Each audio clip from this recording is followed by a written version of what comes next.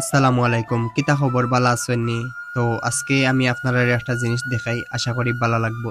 মূলত হইছে কি একটা বালু উত্তোলন করার ডেজার। আজকে আমি ভিতরটা দেখাইমু, দেখতে কিলা লাগে। তো একজন ভাই কাপড় দইরা খুব সুন্দর লাগে। আর একটা হইছে কি রান্নাঘর, ওখানে তারা রান্না করেন, দেখতে পাইরা খুব সুন্দর লাগে। একটা হইছে টয়লেট, তারা টয়লেট। ও হইছে কি মেইন ইঞ্জিন, একটা বালু পাচার করে অন্য জায়গাত। ও আর একটা ইঞ্জিন, বিশাল বড়। তো একটা হইছে গিয়ে একটা টাকার রুম, দেখি ভিতরে কিতা আছে। মাশাআল্লাহ, ভিতর অনেক বড়। তিনজন ভাই দেখি ঘুমাইরা, না ডাকাইয়া ঘুমাইরা, ফ্যামিলি আত্মীয় স্বজন ছাড়া। অনেকটাই বিদেশও লেখা নারী, আত্মীয় স্বজন ছাড়া থাকতে হয় মাসের পর মাস।